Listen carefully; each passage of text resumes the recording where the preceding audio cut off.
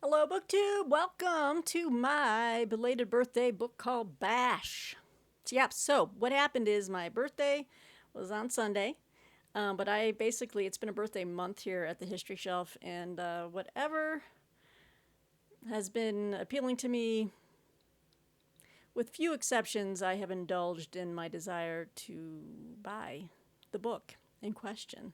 Let's see. I'm hoping I can do I'm gonna do a little haul here from Book Outlet. Uh, got a couple more coming, but um, yeah, I just wanted to show you some books I've gotten recently from Book Outlet in my birthday month. Despite the fact that my birthday was on Sunday, I'm gonna be celebrating for a little while, and in these videos, you'll hear me reference why I bought all these books. So anyway, yeah. So what was the theme of my recent Book Outlet purchases? A lot of historical fiction.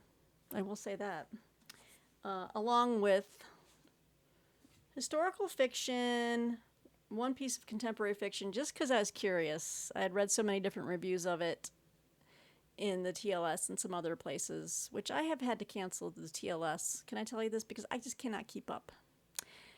And they keep charging my credit card, and I'm like, I'm so behind. So I'm just going to read the ones I have. And if I want to come back to it sometime, I will. But I have two items here of actual. I guess this one was a fiction heavy book haul, but I have two items of history yeah, these are both history. Yeah, they are. Okay. Now this book I wanted forever in hardcover, and it just was not. It was too expensive in hardcover. It was still like $13 in hardcover, and I'm like, when is it going to drop? And it didn't. And then finally, it went to a softcover Picador edition, for very cheap, like $7 or something. So I was like, well, let me just go ahead and get the soft cover of this book. And it is a Picador edition, but I'm happy to finally have it. This is Fevers, Feuds, and Diamonds: Ebola and the Ravages of History by Paul Farmer. I know it's a dark topic, but I've always been intrigued by what happened over there during the Ebola epidemic, and you know, just how it ravaged that, as the subtitle says, the continent. And also I wanted to see about how this kind of plays in with COVID, because it's probably good that I got the soft cover, because they were able to put in a new preface. Of course, when this came out, the COVID is still ongoing. I still know people who are getting COVID or one of the variants. So I mean, it's not really over. So, yeah, this is a Picador edition. Picador is an imprint of Farrar, Straus, and Giroux. Okay, so this edition came out in 2020. So they were, I guess, able in time to get a preface out as COVID was going on. So, I think it's good that I got the soft cover, just to kind of see how the author thought that this book could be of even more import to what's going on right now. It's a big book. It's about over 500 pages. And of course, there's an epilogue that also adds more to the discussion. The epilogue is called The Color of COVID. So, yeah, the epilogue was written in April of 2020, so that was right as things were really popping off big time. So, Fevers, Feuds, and Diamonds. I picked that one up. I'm almost done with completing this series of writings by the journalist Theodore H. White. On a previous video, I don't know how long ago, but I showed two of his books that he wrote in a series called The Making of the President. It's called the Landmark Political Series, and it followed 12 years worth. Yeah. So I have 1960, and it has JFK on the cover. I have 1968, which has RFK on the cover. And the one I'm missing right now is 1964, and I think that has Johnson on the cover. But this one is the final one in the series. And that's The Making of the President, 1972, with this old rapscallion right here.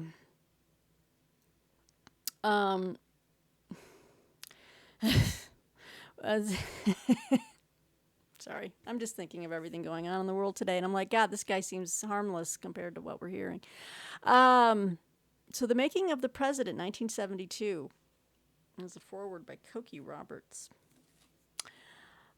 So it says here, in The Making of the President, 1972, the fourth volume of Narrative History of American Politics and Action, Theodore H. White brings his defining quartet of campaign narratives to a surprising and riveting close.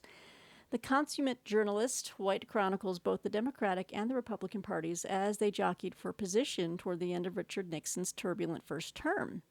He illuminates the cinematic moments that shaped the campaign, the attempt on George Wallace's life, Edmund Muskie crying in the snow in New Hampshire, the swift rise and fall of Tom Eagleton, and the ongoing anguish of Vietnam, leading inexorably to a second chaotic collapse among the Democrats and a landslide victory for Nixon. Yet even as the president's highest ambitions were confirmed, White watches aghast as the new Nixon of 1968 is eclipsed by the corrupt Nixon of old. A Shakespearean conclusion to an astonishing political epoch. So, yes, so this one is the concluding of the quartet, and I just need to get the 1964.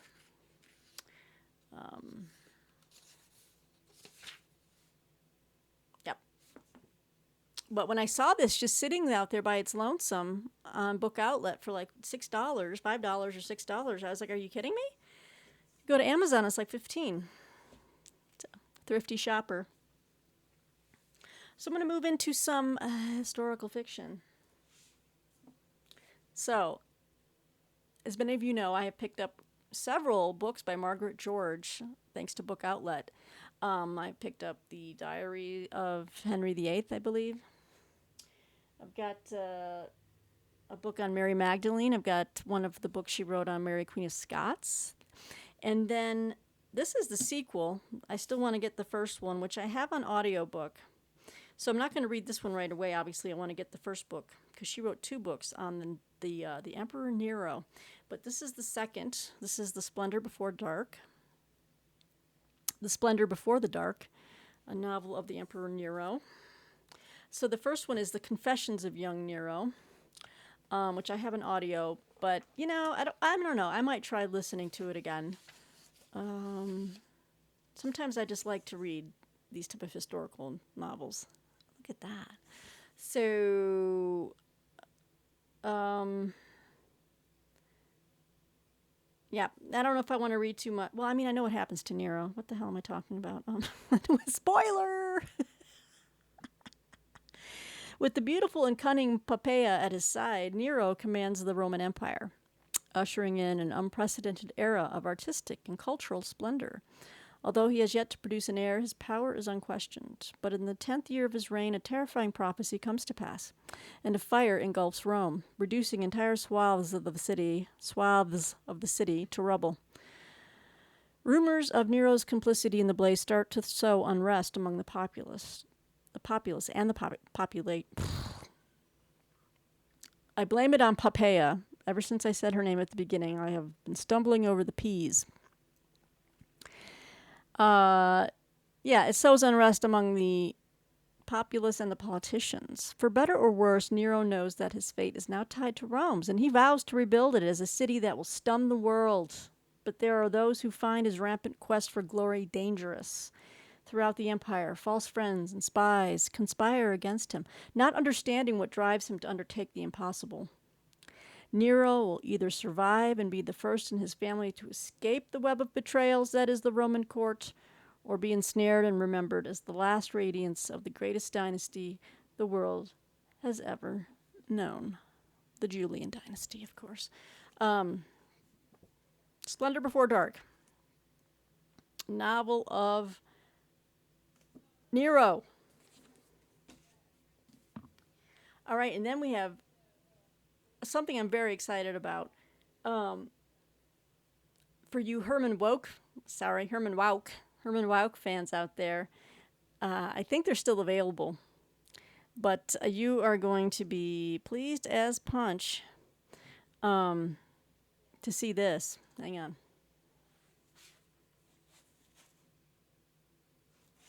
You ready? All right.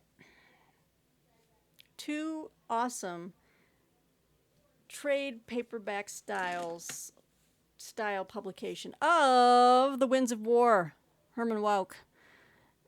And I've heard of I remember the miniseries when I was a kid, but I didn't understand it because I was too young. But The Winds of War, Herman Wouk, okay.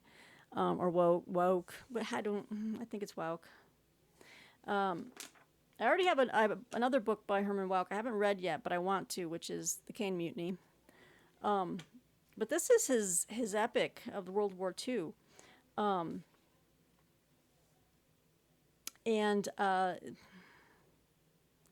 Well, okay, let me just move on to this. And this is the sequel. I got the sequel. Look at this big, beautiful, bodacious trade paperback of War and Remembrance. So it continues. They were marked down.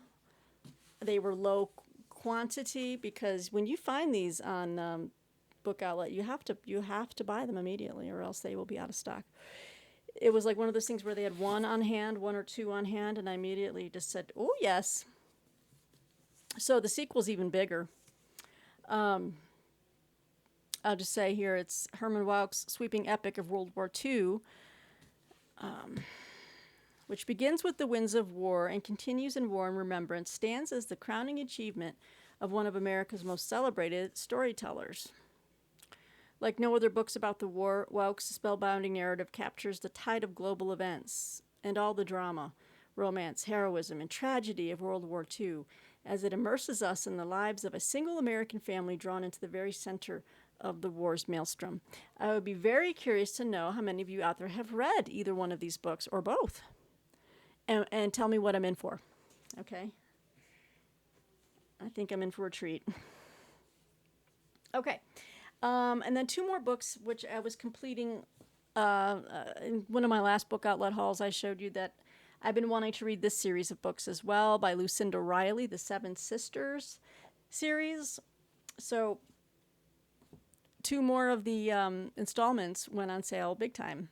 And so I just thought, okay, I'm going to have all of them. In fact, I have 2 right over there. Those are the 2 I showed you. So I think, I just have 3 left to get. So this one is The Moon Sister. And they're all set historically. I mean, like this one is, it talks about one of these sisters, right? Tiggy de Appelisse spends her days reveling in the raw beauty of the Scottish Highlands, where she works at a deer sanctuary. But when the sanctuary is forced to close, she takes a job as a wildlife consultant on the vast estate of the elusive and troubled Charlie Kinnaird. There she meets an elderly Romani man who fled from Spain 70 years earlier. He tells her that not only does she possess a sixth sense passed down from her ancestors, but it was foretold long ago that he would be the one to send her back home.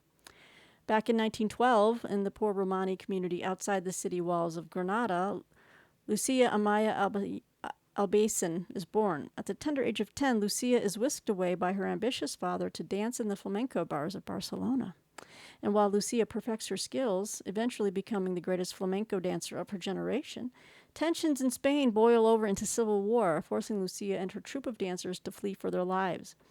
As they travel in search of a safe haven, Lucia's long-held dream of going to New York may be in grasp.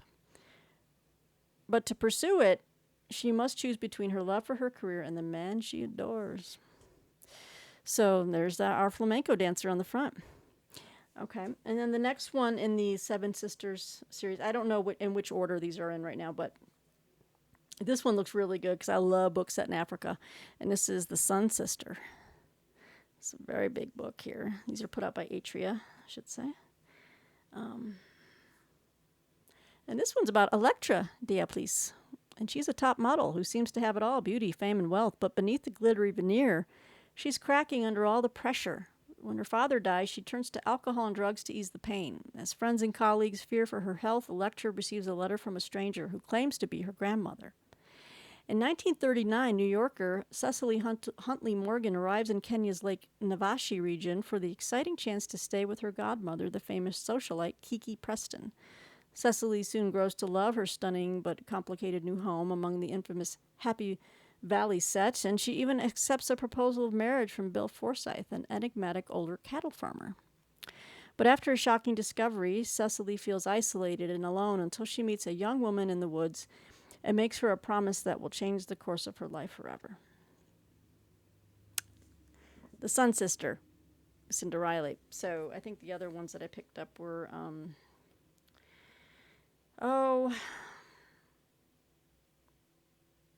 think I picked up the seven. I think I picked up the Seven Sisters, the Storm Sister, and then I just need to get the Shadow and the Pearl Sister. So two more to add to the series. I should say the Herman Wouk books were put out by these are older editions too. I can tell these are put out by Back Bay Books by Little Brown.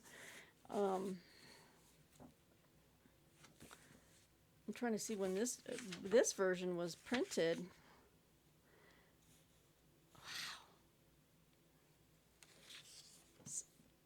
Could this be true?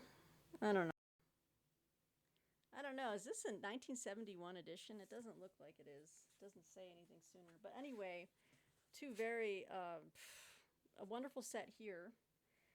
Lucinda Riley, and just contemporary historical fiction. I'm gonna dabble in and dive into. Margaret George, adding to my my set of her books. Oh, I have one more book to show you. Don't you worry. I'm just doing a little couple books of history here. Remember, this is just one of my birthday book hauls. Even though my birthday is now belated, it's over, but birthday month continues, and I'll continue to show you the book hauls that I've accrued in the month of June, well into July. So you do have that to look forward to. Okay, so then this book, I know you're probably going to be like, what is this about? I don't know. This is the one I told you about. I read in many different reviews, and some people hate it, and whatever. I'm just going to read it. It was super cheap. I'll read it and probably pass it along. Either take it to the library, or to Second and Charles, or whatnot. I just wanted to see what all the hubbub, the fuss was about. This is Red Pill, a novel by Hari Kunzuru. And I thought that the cover was just really enigmatic. It's put out by Knopf. There's our author. It's not a long read. I just wanted to see what, contemporary literature looks like these days. After receiving a prestigious writing fellowship in Germany, plus I like novels that are about writers. I've always been intrigued by reading books that revolve around a character who's a writer, and he talks about the, publishing profession, the writer himself. So I've always been intrigued by that. So after receiving a prestigious writing fellowship in Germany, the narrator of Red Pill arrives in the Berlin suburb of Wannsee. Oh boy. Well, the Wannsee solution. And struggles to accomplish anything at all. Instead of working on the book he has proposed to write, he takes long walks and binge watches Blue Lives, a violent cop show that becomes weirdly compelling in its bleak Darwinian view of life, and soon begins to wonder if his writing has any value at all. Wannsee is a place full of ghosts. Across the lake, the narrator can see the villa where the Nazis planned the final solution, and in his walks, he passes the grave of the Romantic writer Heinrich von Kleist, who killed himself after deciding that, quote, no happiness was possible here on Earth, end quote. When some friends drag him to a party where he meets Anton, the creator of Blue Lives, the narrator begins to believe that the two of them are involved in a cosmic battle and that Anton is red-pilling his viewers, turning them toward an ugly alt-rightish worldview, ultimately forcing the narrator to wonder if he is losing his mind. Diving deep into the current political climate and increasingly polarized world, Red Pill is a poignant reckoning, boldly searching for order in a world that frames madness as truth. So, yeah, I thought I'd check that one out. Nice hardcover, brand new. Got it for very, very, very cheap. So, there you go. Wow, can you believe it? A book haul in only 20 minutes.